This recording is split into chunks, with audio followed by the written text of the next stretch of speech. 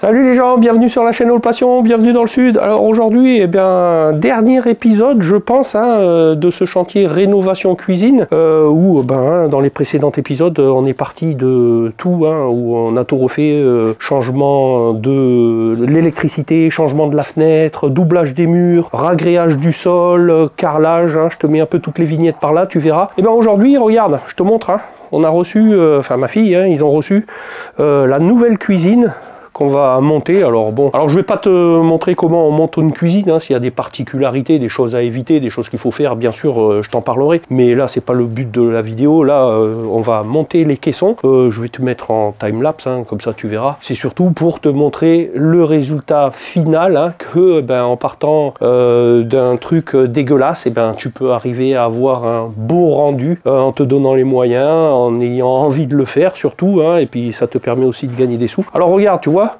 on va pas traîner parce que il y a, je te montre, grosso modo, il y a 80 cartons qui sont arrivés, alors des petits, des gros, des meubles, les façades séparées, etc. Ils viennent juste de livrer. Les plans de travail sont déjà en haut, comme ça on les a fait monter, ça nous fatiguera pas. Et puis là, on va se lancer dans le montage. Allez, c'est parti.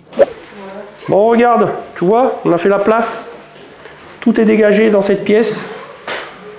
Alors bon, je t'avais pas montré, mais j'ai fait un petit ratissage et puis on a mis un petit coup de peinture sur les murs, tu vois. Qui vont accueillir des éléments en haut, bas. Voilà la cuisine qui a plus qu'à équiper avec la nouvelle. Alors tu vois, par contre, je te montre à côté, c'est le bazar. On a tout dégagé de l'ancienne.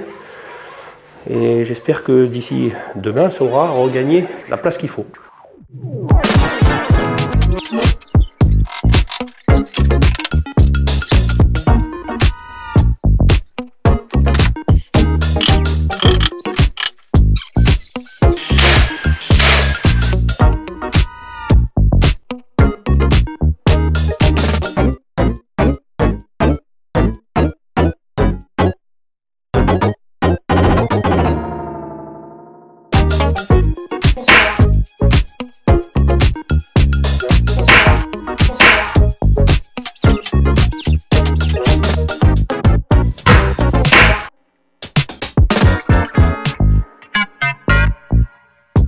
Tiens, je te montre, deuxième jour, beau ciel bleu, on est le 11 février, tu vois, il doit faire déjà 10 ou 11 degrés, parfait, allez on continue.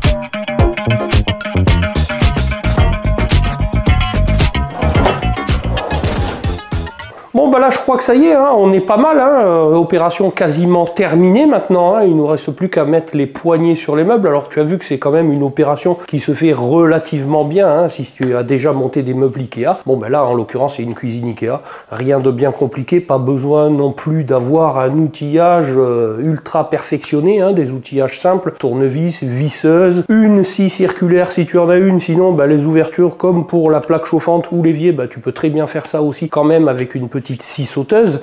Pour le plan de travail, même opération que ce que je t'ai déjà présenté pour remplacer un plan de travail dans une cuisine, tu te souviens, tiens, je te mets le lien de la vidéo par là, tu pourras aller la voir. Donc il y a eu une petite retouche à faire, bon t'as vu, elle a pris possession des lieux petit à petit, cuisine neuve, ils sont tellement contents que la fille petit à petit elle met en place tout pour voir un peu, on occupe les lieux rapidement. Bref, ce plan de travail, il y a eu une petite retouche à faire parce que les murs étant pas super droits, super d'équerre, faire, on va dire plutôt, eh bien il y a eu un petit centimètre à enlever. Alors eh ben, un petit coup de scie circulaire sur le long, le petit côté. Bon, ça a bougé d'1 centimètre dans l'autre sens. Tu repositionnes les caissons. Et ma foi, tout était tombé comme tu peux le voir relativement bien. J'aime beaucoup cet évier. Tu me diras toi comment tu trouves. J'aime bien cet évier à débordement.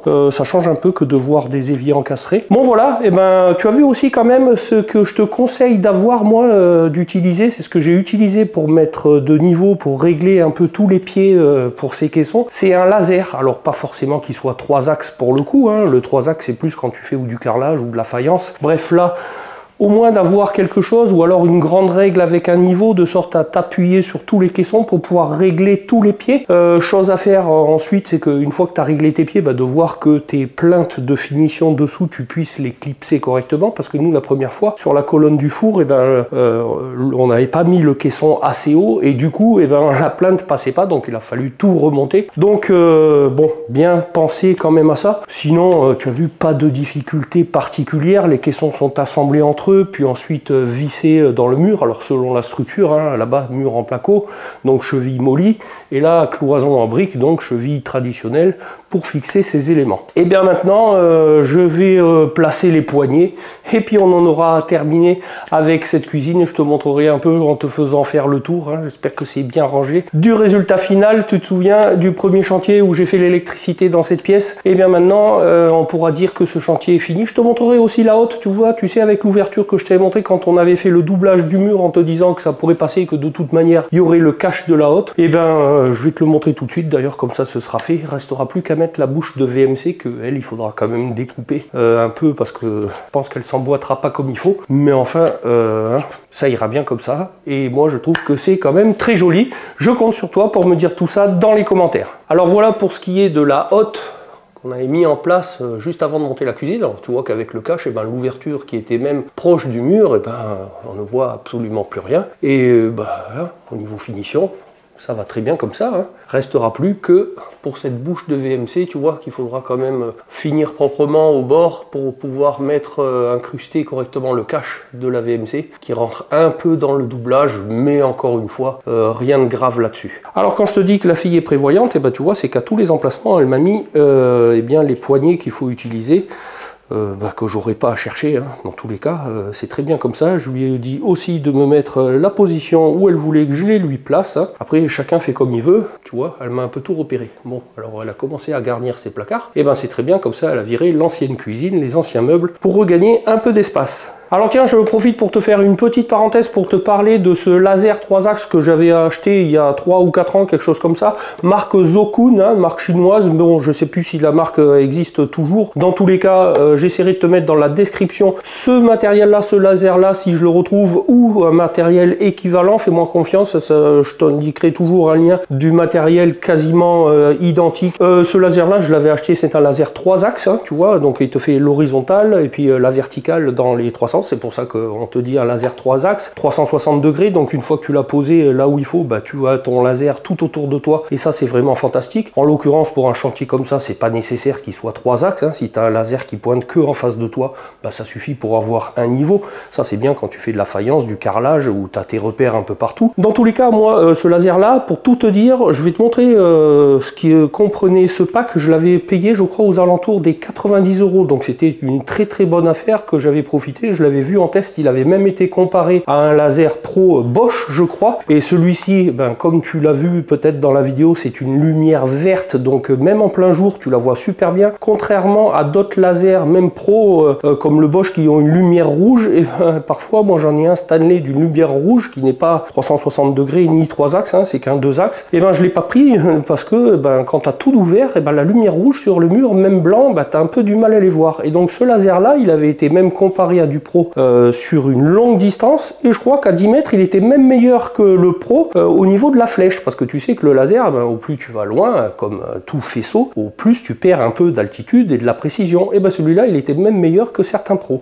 qui sont vendus 300 ou 350 €, tu vois, voire plus des fois. Donc hein, je te mets dans la description, je referme la parenthèse, je vais te montrer rapidement un peu tout ce qu'il y avait dans la mallette et tu vas voir qu'il était très bien fourni. Alors ce laser, tu vois, était arrivé dans une petite mallette molletonnée comme ça, hein, donc positionné ici, à l'intérieur un pied si tu veux le poser de niveau avec des petites pointes réglables avec un niveau à bulle sur le dessus. Bon, ceci dit, il est livré avec un accu, tu vois, c'est un 18650 classique, hein, mais dans tous les cas, eh bien, tu vois, mise en route sur le dessous, on place l'accu, et dans tous les cas, lorsque tu l'allumes, ce laser, tu vois, automatiquement, tu as, j'espère que tu le vois contre le mur, eh bien, tu as la lumière, l'horizontale, mais tu peux mettre donc soit en vertical dans ce sens-là, donc tu le vois pas, et le vertical dans l'autre sens. Donc là, je suis bien en 3 axes. Mais ce laser-là, dans tous les cas, si tu le bouges et qu'il n'est pas, tu vois, tu entends, il détecte qu'il n'est pas posé à l'horizontale. Donc même lorsque tu le poses sur ce trépied, tu vois, tout alu de très bonne facture, eh bien, qui était livré également avec, où tu as un niveau. Bon, bah, une fois que tu le poses quand même de niveau, tu arrives à régler les pieds parce que dans tous les cas, s'il n'est pas de niveau, lui, il va te le dire que ça soit dans un sens ou dans l'autre. Voilà pour ce qui était de ce laser, un chargeur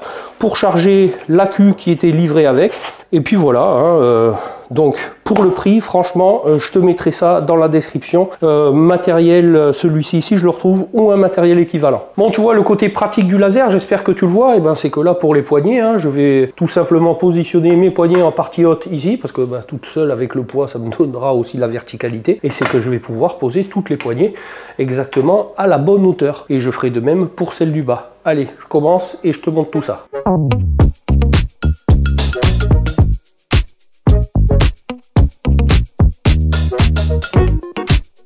Bon, alors maintenant je redescends d'un niveau, hein, t'as vu, je redescends le laser et je vais m'attaquer en une seule fois de toutes les poignées hautes de la partie basse de ces modules. Alors ce qu'il y a de bien, tu vois, avec ce laser, c'est que bah, tu l'approches à peu près là dans la zone où tu veux avoir, parce que ici, bah, tu vois qu'il y a une petite crémaillère qui va te permettre de régler tranquillement l'altitude de là où tu veux positionner ton laser. Tu peux ensuite le verrouiller pour que plus rien ne bouge, mais là en l'occurrence, je vais pouvoir me mettre exactement à la position où on veut avoir les poignées.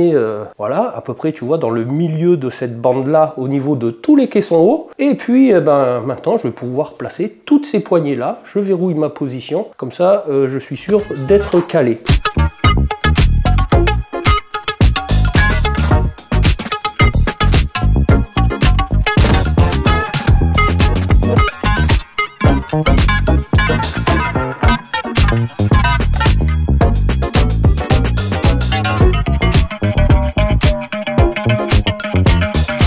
Bon, et ben voilà les gens, pour ce qui conclut ce chantier de rénovation cuisine que je t'ai présenté en plusieurs épisodes, hein. Je te rappelle, je vais te mettre toutes les miniatures par là, mais pour te résumer la chose, eh bien la première vidéo, je t'avais montré comment je t'expliquais le réseau électrique et qu'il fallait faire dans une cuisine avec tous les départs au niveau du tableau, les circuits séparés qu'il fallait prévoir. Dans la deuxième vidéo, même si c'est une opération que je t'avais déjà présentée dans une précédente vidéo, qui intéresse beaucoup de monde, mais qui a fait l'objet de plusieurs interrogations de la part de certains d'entre vous. J'ai essayé d'y répondre dans une seconde vidéo, donc pour remplacer une fenêtre bois par une fenêtre PVC. Ensuite, eh bien, le doublage des murs, hein, que j'ai effectué. Et puis, je t'ai proposé également le fait de faire un ragréage dans une pièce pour t'expliquer, hein, pour rattraper les niveaux, avant bien évidemment de faire l'autre épisode sur le carrelage. Et puis ensuite, eh bien, comme tu vois, de la pose d'une cuisine toute neuve qui, bon, ben, qui fera aussi, elle, son temps. Dans tous les cas, je te rappelle une nouvelle fois que dans la description de la vidéo, je te mets un peu tous les ustensiles, les outils que tu m'as vu peut-être utiliser. En tout cas, ce laser-là, hein, je te promets, si je le retrouve ou un modèle équivalent, je te mets ça dans la description. N'hésite pas à aller voir. En tous les cas, eh ben, j'espère qu'une nouvelle fois, tu auras apprécié le contenu de cette vidéo, que tu auras passé un beau moment avec moi. Alors si c'est le cas, eh ben, je compte sur toi pour me le témoigner avec un petit pouce et à me le dire dans les commentaires, à partager éventuellement la vidéo sur tous tes réseaux, à t'abonner à la chaîne si ce n'est pas déjà fait et surtout d'activer la petite cloche, hein, si tu veux être informé de la sortie de mes prochaines vidéos, que tu peux toujours aller checker les anciennes, tu pourras trouver ça utile, divertissant, enrichissant. Et moi je te dis à bientôt pour une prochaine vidéo. Allez, salut les gens!